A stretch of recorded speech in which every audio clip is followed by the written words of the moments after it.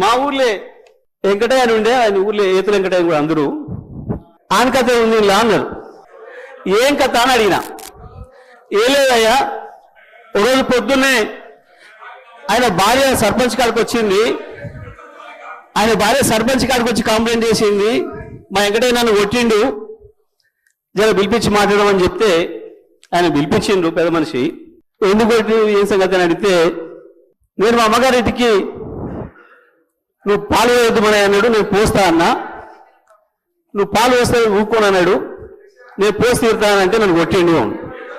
పాలెక్కడి, నీకు బర్రె లేదా పాలెక్కడి అని చెప్పి ఆయన పెద్ద మనిషి అడిగిండు అధ్యక్ష.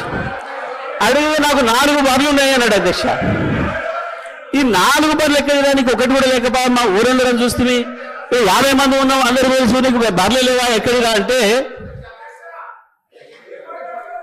అధ్యక్ష పోయిన బర్రె దొరికితే, సచ్చింది బతికితే, పోయింది దొరికితే, మా అత్తగారు ఒకటి పెడితే నేను ఒకటి కొంటే నాకు 4 బర్రెలు ఉంటాయి, నాకెందుకు లేవు 4 బర్రెలు అన్నాడు. ఇది కూడా అట్లనే ఉంది అధ్యక్ష ఈ గవర్నర్ గారి ప్రసంగము.